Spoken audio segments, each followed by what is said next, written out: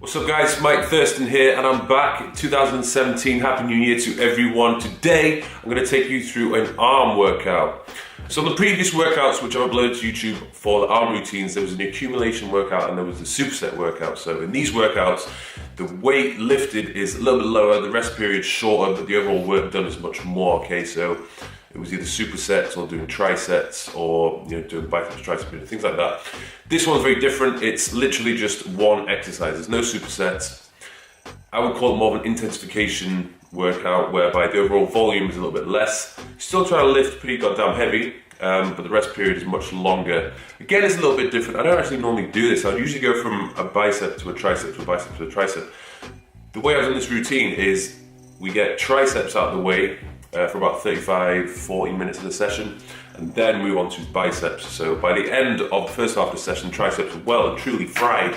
Then we move on to the biceps until biceps are fried by the end of the session. So first exercise which we started on was the lying overhead dumbbell skull crush. Now the reason why I've used a dumbbell, okay, there's no specific advantage overdoing a neutral grip dumbbell compared to the EZ bar where your wrists are flat. I've found that a lot of clients I've trained in the past, they find this kind of movement a little bit more uncomfortable sometimes. So in that case, if they do have any wrist or elbow issues, I'll just get them to do a neutral grip with the dumbbells. What I've also done as well, when I do these, I like to maximize the range of motion. So I would get myself onto the bench. I get myself right to the edge of the bench, so that allows me to bring the dumbbells right down behind my head. Okay, if you position yourself in the middle of the bench, more often than not when you bring the dumbbells down, they bang into the bench. You don't allow yourself to fully lengthen the tricep, which is what I'm trying to do when I do this. Now, when doing this exercise, it's very important. You need to be able to keep the elbow fixed at all times. Don't allow yourself to be moving your elbows throughout the movement, okay? And try to keep your elbows pretty narrow when you do the movement. If you try to do a tricep extension like that, you're probably going to mess your elbows up a little bit and you make the exercise easier for yourself. So try and keep those elbows in, so you're doing this kind of a thing. When you're in the gym, you want to make sure that you're keeping your concentration at the task at hand. Don't get distracted, either by females walking around the gym with their ass in your face, or with partners and training partners just pulling stupid faces and trying to distract you, okay? You really need to focus on the task at hand and pay attention to what it is that your goal is and what the tempo is, the rep ranges that you're trying to do, along with contracting and working the muscles which you're trying to target in the first place. So next exercise we went on to was the standing cable press down. One thing that I do when I perform this exercise is to slightly lean my torso forward as I press down. It allows me to get a full range of motion and a better contraction at the bottom. Because usually, if you stand upright and the cable attachment is here and you press down, you can only really press to this position, and I have the potential to lock out all the way at the bottom. So what I do is I'll push my hips back slightly, lean forward, push my chest out. So I'm holding the handle like this. As I press down, I'm able to fully squeeze and lock out the top. And now I bring the attachment back up to the top, so I'm stretching the tricep, and then again, press down and squeeze as much as possible.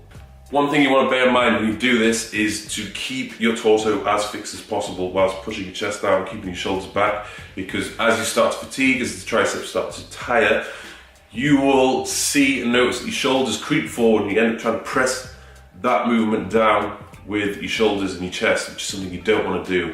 Okay, it's not the end of the world if it starts to happen at the end of your set, but you're probably lifting a little bit too heavy if that is the case. The focus is the triceps, so bear that in mind. Next exercise we went on to was the overhead cable rope extension. This one, again, when doing it, you want to make sure that your elbows tucked in as much as possible.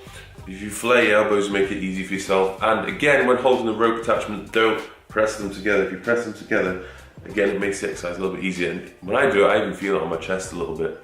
What I would say is, if you are on the second to last set or the final set, if you're going to all-out failure, it's acceptable once you've failed with the ropes being apart, if you bring the ropes together and just rep out, 5 to 10 extra reps, that's, I would allow that to happen.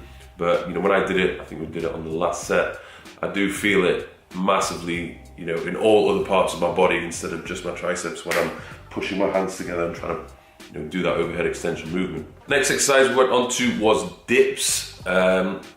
Not your traditional bodyweight dip, but we did a bench dip where your feet are elevated. Now I quite like doing these. For some reason I get such a crazy pump on my triceps when I do this, so I will include these in my workouts every now and then. I do find if I'm doing it with just my body weight and it's, you know, near the end of the workout, I'll just try and do higher reps. So in this routine we did 15 reps, I think, so just really pumping it out. Sometimes you can, if you know you really want to, you can add additional resistance by placing plates on your thighs when you're doing this, but you know, when I've done it in the past, I need like 20, 40, maybe even 60 kilogram plates on my thighs, and it's just a bit of a ball ache taking them on and off, which is something you definitely can't really do by yourself. So, you know, do that if you want to, but if I'm doing weighted dips or doing a weighted pressing movement such as that, I'd probably go for the close grip bench press and the weighted dips instead of doing, you know, weighted bodyweight dips. It's important to note with the overall anatomy of the triceps, there are three heads.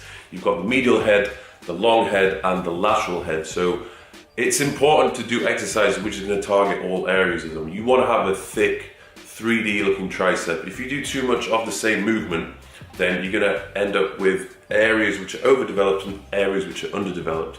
So my advice to you would be to do movements or include these exercises into your routine whereby you're doing movements where the elbow is above the head and you're extending in this kind of a motion.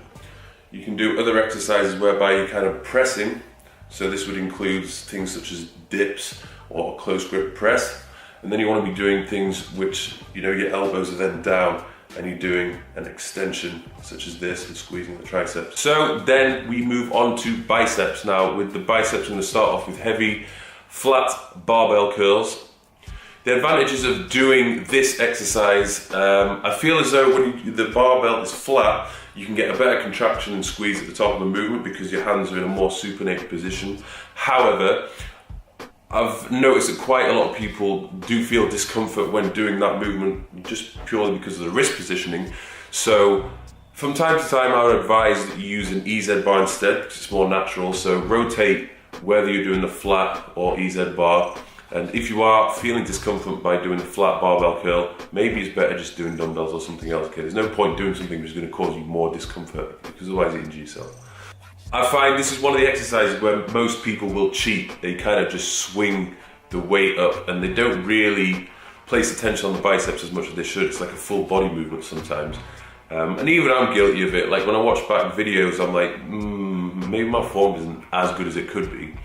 But the overall focus of this is just to lift kind of as heavy as possible. So I'm not too fussed about whether the last few reps are not necessarily as clean as they could be, if you know what I mean. The focus, I would say, once you bring that weight up, really try to squeeze the contraction at the top. Too many people will try and swing it up and then they temporarily rest at the top and then just bring it back down again.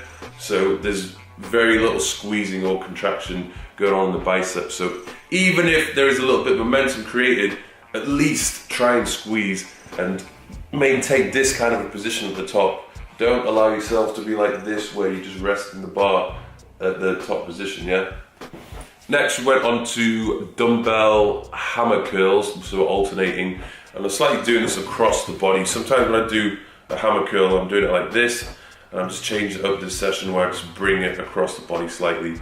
Is it going to make a massive difference? Probably not. It's just changing the angles and forces and maybe recruiting different muscle fibers than before. So when doing this, again, squeeze contraction at the top, and I would try to lock out at the bottom. Now in previous videos when I've told people to lock out at the bottom of the movement when doing a curl, people are like, oh, you know, you might damage yourself, you might injure yourself, I don't think that's very safe. Well, it is safe if you are doing this properly. Whenever I lower the weight and I perform the eccentric part of the movement, it's always under control. So when I come to the very bottom and I lock out, it's not going to cause me any damage, it's not dangerous. But if you're just letting the weight come down, flop down, and you know, you're creating a lot of momentum and you're probably forcing your elbow to go in the direction, it doesn't want to, then yes, you are going to potentially cause damage to yourself. So always have control, okay, in the eccentric phase of any movement, particularly if you come into locking out at the bottom. Finally, we went on to cable curls. So cable attachment at the very bottom, using a sort of an EZ attachment. So my hands were in this kind of a position, so it's not quite like the barbell curl which I did before. They were slightly like this. I don't know what the technical term is for that, but like this. And yeah, again, same things apply, squeezing at the top. So guys, hope you enjoyed that. That was the arm workout. Be sure to subscribe and check for more videos because I'm going to be on the upload hype since it's 2017. So thanks for watching and see you soon.